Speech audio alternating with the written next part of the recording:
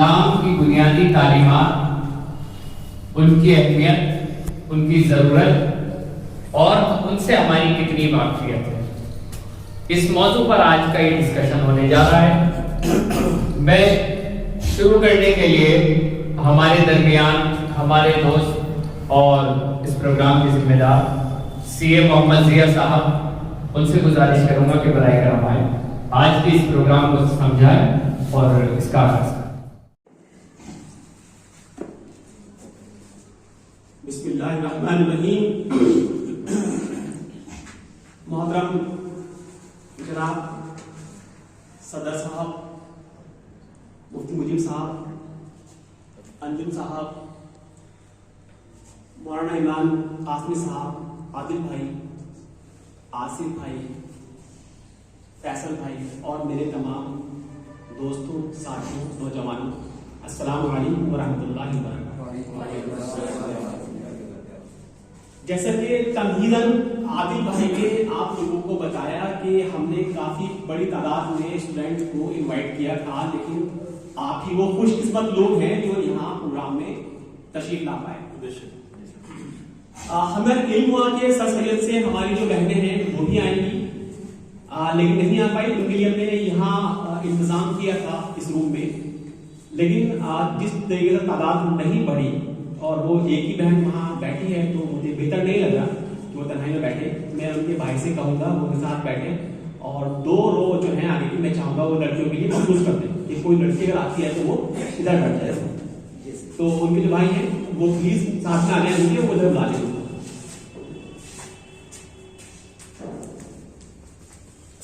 انشاءاللہ ان کا حضرت پڑے گی، محنت کرتے ہیں۔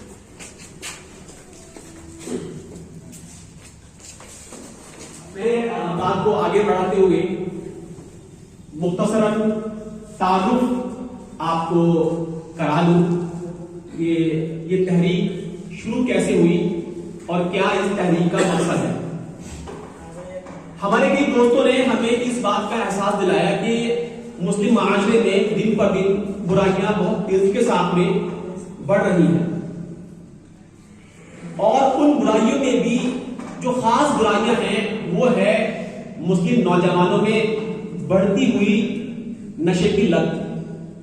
نشہ کتنی قسم کا ہو سکتا ہے یہ در حقیقت وہی لوگ جانتے ہیں جو اس کے عادی بن چکے ہیں یا اس میں ملوث ہیں۔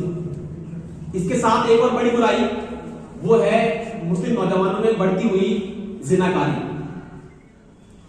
اس کے ساتھ تیسری ایک بہت بڑی برائی جو بہت زیادہ عام ہو رہی ہے امت مسلمہ میں وہ ہے گھر گھر بیاج کی لعنت۔ مسلم معاشرے میں ایسے لوگ موجود ہو چکے ہیں جو کھلے طور پر بیاج کا کاروبار کرتے ہیں، اور مسلم معاشرہ اتنا بے غیرت ہو چکا ہے کہ ان بیاج کھوڑوں کے یہاں پہ جا کے شادیوں میں، فنکشنوں میں کھانا کھاتا ہے اور بابائی دیتا ہے۔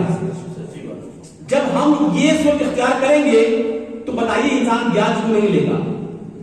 اس صورتحال میں جو انسان بیاج کھا رہا ہے وہی گناہگار نہیں ہے، وہ تمام لوگ گناہگار ہیں جو اس کے گھر بیٹھے کھاتے ہیں، نہ صرف کھاتے ہیں بلکہ اس کی شان بیان کرتے ہیں۔